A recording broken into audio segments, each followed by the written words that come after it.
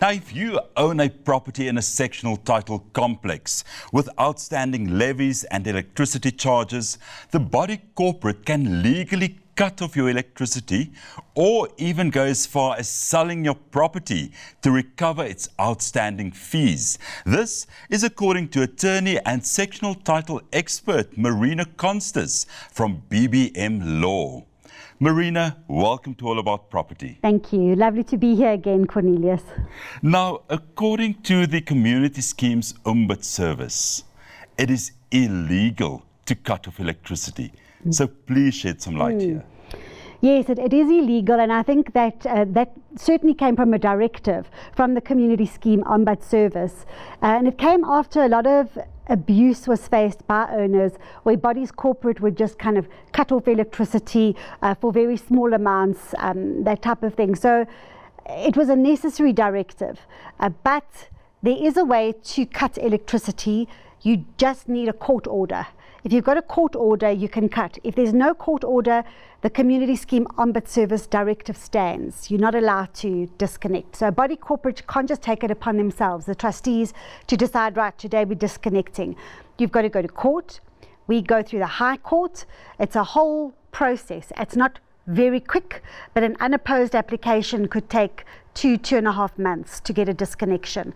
And that's often the only way to really procure some kind of movement, because at the moment we're faced with professional debtors who are really squeezing the bodies corporate so tight, and it's really unfair. So we needed to find another way around this.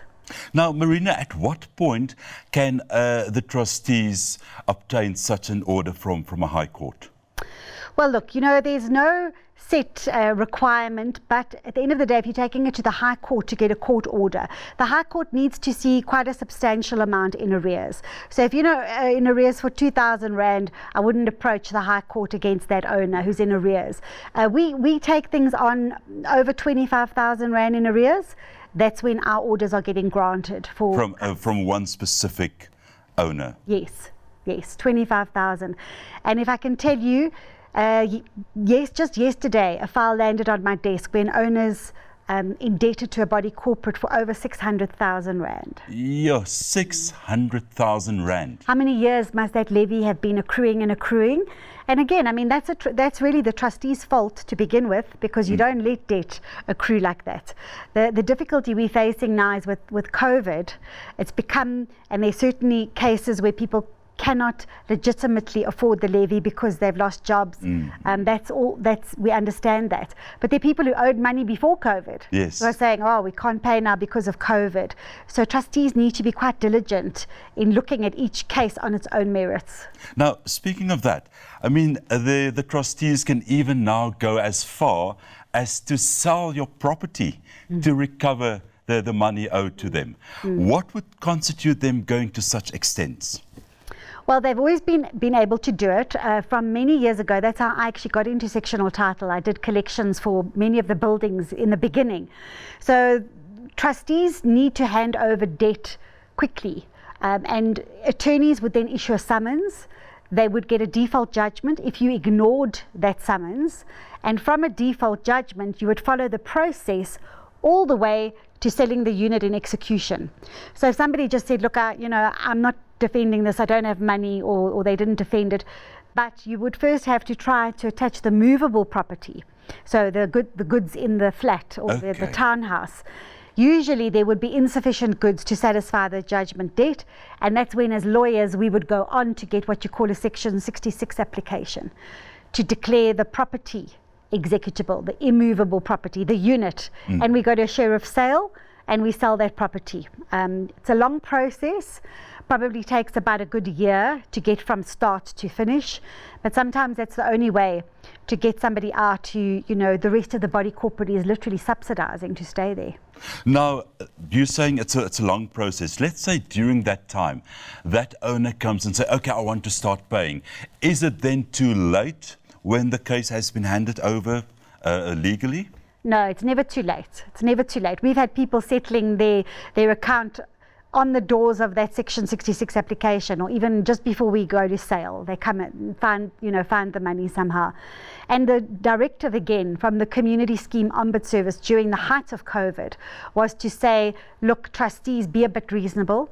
We're in a pandemic. Try to take payment arrangements. And even their awards, I've noticed, when if you go to the Community Scheme Ombud on this, their awards will often say I've seen up to 12 months to repay over and above your debt. That was on 120,000 Rand matter in arrears. The Ombud said to the debtor, you've got 12 months to pay, but you must keep paying your current levy. The thing is, if people are not paying, the body corporate's going to, deteriorate. Now, Marina, what would make the body corporate's case stronger if they want to obtain such an order from the High Court? Well, I think it depends on the amount, but not only the amount, it also depends on the conduct of that debtor.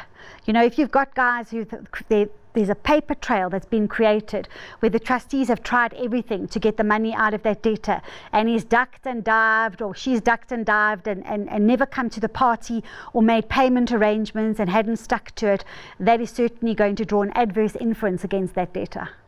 Now, at your firm, BBM Law, you guys are very successfully assisting body corporates in obtaining these High Court orders. Just give us a bit of insight into this offering.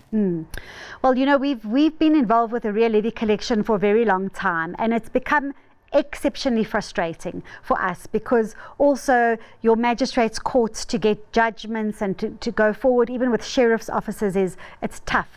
But this has definitely been a way of resolving cases where big amounts have been owing. And we've noticed that the judges in the High Court are giving these disconnection orders if our papers are correct and we're showing that there is this real need, the body corporate suffering, and we've tried everything else. But I mean, it's a tough application to push through, because you need a lot of documentation, you need a lot of, the body corporate needs to be pretty efficient. We've got to show that there was an AGM, what the interest rate is, what the levy is, was it approved by everyone. So the body corporate, in order to be successful at High Court, they have to have their ducks in a row for us to prove our case. Now, in the event where an owner wants to enter into a payment arrangement with a body corporate, what advice do you have for that body corporate in terms of that payment arrangement to ensure that he gets his money back in the shortest amount of time? I think trustees must get involved. Often the trustees just delegate the matter to the managing agents, and the managing agents might have a size-fits-all policy, and they say they're not accepting this, they're not accepting that. The trustees know the owners in the building. You know who's honest, you know who's moving around this way and that way. So I think trustees should get involved and look at each case on its merits, because there are cases where you do need to be reasonable. But again, don't let the debt accrue. Strike while the iron's hot. And to the debtors who owe money, speak to the trustees. Don't hide, because that's when people get frustrated and they get more irritable and they want to take action against you in a harsher way. So just be upfront. And if you're going to make a payment arrangement, you're not going to stick to it, let the lawyers know, let the trustees know. Don't just think it's going to go away. It's not going to go away. I think at the end of the day, body corporates need to know that they're running a business. Isn't it? Yes. And so I think, just on that note, any closing thoughts for us, Marina? That's exactly right. You are, the trustees, you have a fiduciary duty, because you are in charge of a complex where asset value is really everything.